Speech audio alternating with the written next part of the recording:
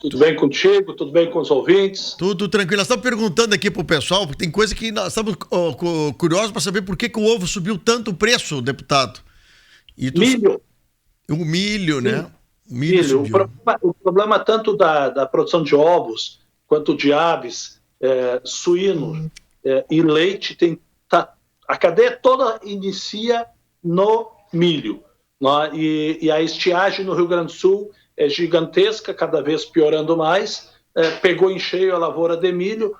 Nós que importávamos 1,5 milhão, 1,4 milhão, 1,6 milhão mil toneladas do oeste brasileiro, vão ter que importar de lá 3 milhões, 2 milhões e 800, 3 milhões de toneladas de milho. Que então pena, o milho né? encarece. Encarece o frete. Imagina o frete para trazer de lá para cá, quanto custa, né?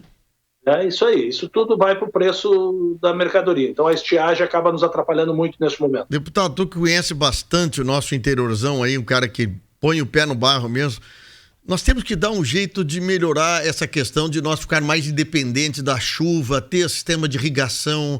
Eu acho que a nossa agricultura, ela tem tanta coisa positiva que a gente podia passar 2 dias falando de coisas, aumento de produtividade, outras coisas, mas a questão da irrigação ainda é um drama para todos nós, né? Na realidade, a gente só lembra que falta água quando a gente vai na torneira e ela não vem, né? Se tu está dentro de casa, na hora de tomar o banho. E assim tem acontecido. Na estiagem, a gente lembra que tem que fazer açudagem, que tem que fazer sistema de irrigação. Não é? Ele tem um custo elevado, não é todos os produtores que podem fazer, não é? Mas sem dúvida nenhuma. Nós chegamos a ter uma secretaria para cuidar disso no governo Ieda Crucius. Depois foi fechado. Não é? Então, mas é uma coisa que nós temos que olhar muito. Neste momento, por exemplo, nós conseguimos, junto com o deputado Alceu Moreira, junto com a bancada federal, Sim. o deputado Giovanni Cherini nos ajudou nesse processo, todo mundo aí trabalhando. Agora vai ser liberado 35 milhões para poços artesianos, via FUNASA. O prefeito tem que encaminhar o seu requerimento para a FUNASA aqui em Porto Alegre, pedindo poço artesiano e também junto anexar a decretação de estado de emergência pela estiagem. Né? Mas 35 milhões, não sei, vai dar 80 mil, 90 mil, 100 mil por município. Ajuda, né? Mas ajuda. Tem que completar. É que, às vezes, por exemplo, em Camaquã, nós temos a barragem do Arroio Duro, que ainda é uma tranquilidade para nós no abastecimento da água. Mas muitos municípios dependem de poços, só poços, né, deputado? Rios ou poços. Né? Muito complicado. Nós temos hoje, só para ter ideia, mais de 150 municípios no Rio Grande do Sul, parece até que nós somos no Nordeste, levando água com caminhão-pipa. Neste momento no Rio Grande do Sul. Ontem, inclusive, aconteceu uma tragédia aqui na Serra, no município de Mussum, o caminhão-pipa chegando e manobrando acabou descendo a serra e o motorista, funcionário da prefeitura, acabou falecendo. Né? Então, tem muitas prefeituras que compraram ou transformaram caminhões em caminhões-pipa nesse momento. Exatamente para poder levar água para comunidades. E não é mais para consumo animal, já é para consumo humano. Humano, né? Claro que sim. Bom, deputado, agradecer também a Melissa Minuzzi, que é a jornalista que te atende aí, que ela pautou umas coisas para nós. Nós já falamos um pouquinho sobre a questão dos postos artesianos, dos açudes, do preço do milho, a gente falou também. Eu acho que é super importante. Está conosco aqui também o ex-secretário, o Abner Dilma, também está aqui acompanhando a sua entrevista. Obrigado, Abner. Vamos falar um pouquinho sobre a questão dos produtores rurais, deputado, que de novo vamos enfrentar o problema, tudo isso falamos sobre coronavírus, sobre questão de seca, os programas de troca-troca que o governo tem com os produtores. Como é que está essa situação? Na realidade, nós estamos pedindo ao governo do estado a anistia, né, da semente do troca-troca. Esse programa foi criado lá no governo Pedro Simão, onde os agricultores recebem a semente, plantam, produzem, colhem e devolvem, né, pagam após. Como não houve a colheita, especialmente do milho, né, nós estamos pedindo ao governo que anistie. Né, o valor não é muito alto, o governo do estado tem resistência nisso. Né, prorrogou o pagamento para o final de maio, mas nós estamos trabalhando para tentar fazer com que ele anistie esse pessoal que está sofrendo muito neste momento. O quanto vale, quanto é em valores o valor que o investimento do governo do estado nisso, deputado? Não é muito alto, não. É coisa como 30, 40 milhões. Sim. Não é muito alto. Se tu comparar o orçamento do Estado. Sabe que aqui nós temos vários ouvintes aqui, deputado Edson Brum, que a gente já virou amigo, porque a gente troca fotografia nossa com eles e eles conosco, e eles mostrando materiais, fotografias das propriedades deles, na questão do milho, por exemplo, né? Nós estamos desde janeiro falando nisso, do milho, tá? Olha, é triste, deprimente a gente ver uma lavoura que o produtor acertou tudo, botou a semente e o milho não nasceu, ou nasceu muito pouco, né? Nós somos, especialmente a nossa região, se nós pegarmos da Lagoa dos Patos, começar em Arambaré, sim, lá no Alaúa, e se nós, um raio aí de uns 100 quilômetros, mais ou menos, uma faixa de 100 quilômetros, a seca começou mais cedo aí. Isso. Passando pelo Vale do Rio Pardo, Centro Serra, que é lá no Morro do Botucaraí, lá em Soledade. Mas se pegar esta faixa. Essa faixa. Foram os primeiros municípios a decretar emergência pela estiagem, né? Então é muito triste tu ver, e nesta região, casualmente, é a região produtora de fumo. E o fumo e o milho, ele se consorcia. Sim. Né? Tem o safrinha, e nada deu. Então isso criou uma dificuldade. O senhor não vê uma luz do fundo do túnel sobre esse assunto do troca-troca? Não, eu acho ainda que o governo pode anistiar, né? Até porque foi aprovado essa semana também, aqui no Congresso Nacional, um recurso para os estados e recurso para os municípios. Eu até estou com a lista aqui. Sim. Deixa eu dar uma olhadinha. Não, a nossa região vai receber, nós fizemos já chegamos a lista aqui, são vários municípios, Camaquã recebe 8 milhões e pouco, né? 8 milhões e 600. Mas não é alguns municípios ou vários municípios, são todos. Todos. Não, eu lembro Camaquã pelo valor, que é um valor acima assim do normal, né? Que é 8 milhões e pouco, né? Mas importante registrar que todo o dinheiro somado que vai para as prefeituras agora é 40% do montante. Sim. 60% vai para os estados. Então, se nós analisarmos, o governo do Rio Grande do Sul vai ter dinheiro, vai receber um dinheiro. Tá, tem dificuldade, tem isso, claro que tem. Mas imagina, nós somar todos os recursos desse dinheiro que vai chegar nas prefeituras e tu botar 150% em cima. Como? 40% para os municípios, 60% vai ficar no Estado. Então, se nós tiver tranquilamente próximo a 1 bilhão e 600, 1 bilhão e 700 que o Estado vai receber. Aí, por isso que eu digo que este auxílio emergencial da anistia, que já foi feito no governo Brito e no governo Rigoto, no governo Rigoto com o nome de cheque seca, no governo Brito, cheque seca, e depois no governo Rigoto foi anistiado, isso não representa muito nesse montante, ajudaria bastante os agricultores. Eu concordo. Eu acho que seria um gesto importante do governo do Estado, de vocês, deputados, aí conseguir isso, viu? Olha, só para te ter uma ideia, o que a Assembleia está devolvendo hoje para o governo do Estado é 30 milhões de reais. No dia de hoje, economias que nós fizemos cortando 30% das cotas de todos os gabinetes aqui. Hoje, no dia de hoje, o presidente Hernando Polo vai devolver 30 milhões de reais para o Executivo. Já daria para bater essa conta aí. Em dezembro, faz 5 meses atrás, em dezembro, no final do ano, foi devolvido 150 milhões de reais.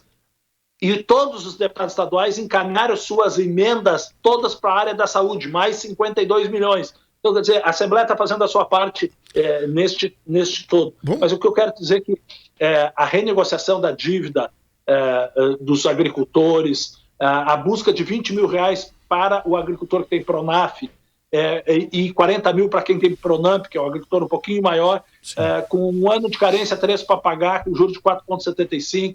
Tudo foi um trabalho feito pela Frente Parlamentar da Agricultura e da Pecuária aqui no Rio Grande do Sul, sim, liderada por mim, com participação de vários deputados, aí, Pedro Pereira, o Adolfo Brito, o Elton Weber, o Zé Nunes, tantos outros deputados aqui que a gente trabalhou junto nisso. Estivemos em Brasília, lá em Brasília o deputado Alceu Moreira, junto com o senador Heinz, ajudaram muito, foram os dois parlamentares federais que mais ajudaram nesse processo. Na questão dos postos artesianos, o Cherini junto com o Alceu Moreira, a bancada federal. Então, a gente está tentando ajudar de qualquer maneira. Sim. Agora, com certeza todos nós perderemos um pouco. Deixa eu perguntar, essa questão da grana aí que tu fala para produtores, às vezes do anúncio até a concretização disso na conta do produtor tem uma história, uma delonga demasiadamente. Esses auxílios que o senhor fala aí do quem tem Pronaf ou não, quem tem acima do Pronaf, esses recursos estão disponíveis e como o agricultor entra? É só ir na sua agência pedir. Está disponível. O Banco do Brasil ontem regularizou também a questão do endividamento, que estava com algum problema. O Banrisul já há mais dias, o Sicredi também. Quem fez seus financiamentos e querem renegociar, vão lá no banco e direto da sua agência. O vice-prefeito Jair Martins está me contando aqui, deputado, que Camaquã foi o segundo município a decretar a emergência do estado do Rio Grande do Sul em janeiro já. Nós começamos a estiagem, e vem a fechar o que eu comentei antes. A estiagem começou exatamente na nossa região. Costa Doce, Vale do Rio Pardo, Cruzilhada, Amaral Ferrador, Pantano Grande, Camaquã, essa região. E a gente está aí lutando, trabalhando para que chegue alguma coisa para mitigar, para diminuir os problemas dos nossos municípios. Deixa eu falar uma coisa contigo aí sobre alimentação na área da escola e das escolas que estão fechadas. Hoje de manhã nosso assunto também aqui foi, deputado, da questão do alto consumo de gás que teve nesses meses, do valor da alimentação, que muitos pais, mães, empregados que trabalhavam em empresas que forneciam alimentação acabaram pela questão da reclusão, indo para dentro de casa, os filhos não estão na escola, aumenta o consumo e, consequentemente, o governo não faz ou não entrega a refeição das escolas para as creches, escolas e outras coisas mais. O senhor trabalhou nessa questão de ter oportunidade de entregar para as famílias que estavam e que precisam, são dependentes praticamente da alimentação dentro de creches e escolas? Olha, quando nós estivemos lá, 40 dias atrás, em Brasília, tratando da questão da estiagem, eu também tratei do PNAE. O PNAE é o Programa Nacional que compra alimentos para estudantes. E se falava que seria suspenso caso as aulas fossem suspensas. As aulas foram suspensas e nós nos mobilizamos. Fazer justiça aqui ao secretário nacional da Agricultura Familiar, o Fernando Schwank, a ministra Cristina Tereza, da Agricultura. Os dois, a nosso pedido, foram ao ministro da Educação, fizeram a reunião e mantiveram esses recursos. Tanto é que chegou ao estado do Rio Grande do Sul 14 milhões disso. O que o Estado fez? A Secretaria Estadual de Educação fez? Somou a contrapartida, que chegou a 20 milhões no total, e comprou rancho, comprou sacolão e foi distribuído para os alunos das escolas levarem para casa. Isso foi feito, inclusive tem notícia da Secretaria de Educação que a distribuição terminou ontem, começou na segunda-feira da outra semana, da semana passada. Tá? Então, ranchos foi. O que tem é da rede municipal, não sei como é que está Camaquã vendo isso, aqui em Viamão, eu estive com o prefeito Russinho segunda-feira, e ele entregou rancho também para todos os alunos da escola municipal. Então, todo mundo se ajudando, se virando da maneira que pode. Deputado, aqui é uma pergunta do Paulo Fernando, aqui do bairro Carvalho Bastos. Ele faz uma coisa ele pede uma coisa que, obviamente, é difícil para o senhor como deputado estadual, mas a questão do preço das mercadorias que está subindo loucamente nos mercados, supermercados, atacados, e que isso, inclusive ele fala sobre preços abusivos sobre isso. O senhor tem tido reclamação de outros eleitores do senhor sobre isso, hein? Não, começa por mim. Quem faz o rancho lá em casa sou eu.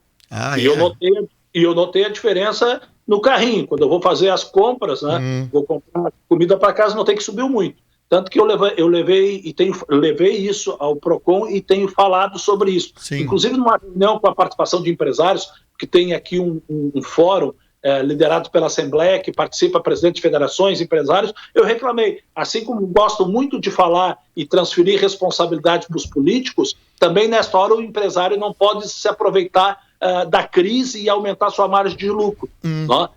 No momento que a sociedade está sofrendo muito, muita gente está deixando de ganhar dinheiro, muita gente está perdendo emprego, diminuiu sua atividade econômica, tanto que o governo federal está repassando R$600 aí para este pessoal, não é momento de aumentar a margem de lucro. Eu também acho, viu? Olha, o pessoal tem coisa que sobe, e tu que conhece bem. O preço do alho aqui, já estamos aqui, o Clayton Duarte, deixa eu ver aqui, o Clayton Devorger, que está dizendo o seguinte: o alho está R$30 o quilo na semana passada. Nós chegamos aqui, gente, falando em um alho, R$42 o quilo.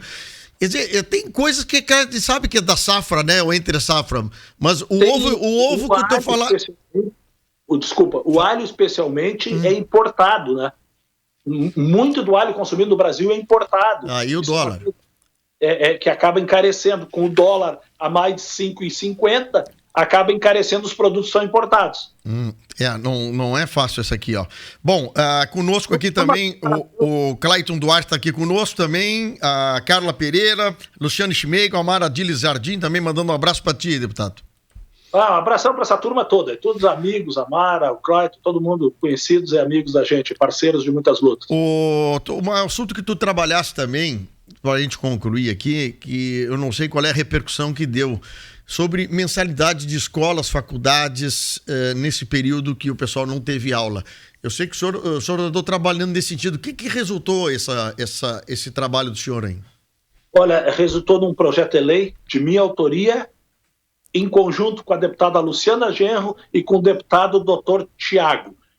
A Luciana do PSOL, eu do MDB e o Dr. Tiago do DEM, que obriga as escolas particulares, faculdades particulares e universidades a darem descontos coletivos. O que é isso? Não pode dar desconto para um diferente do outro na mesma escola, da mesma faculdade. Tem que ser para ele. Por quê? Porque eles não estão entregando.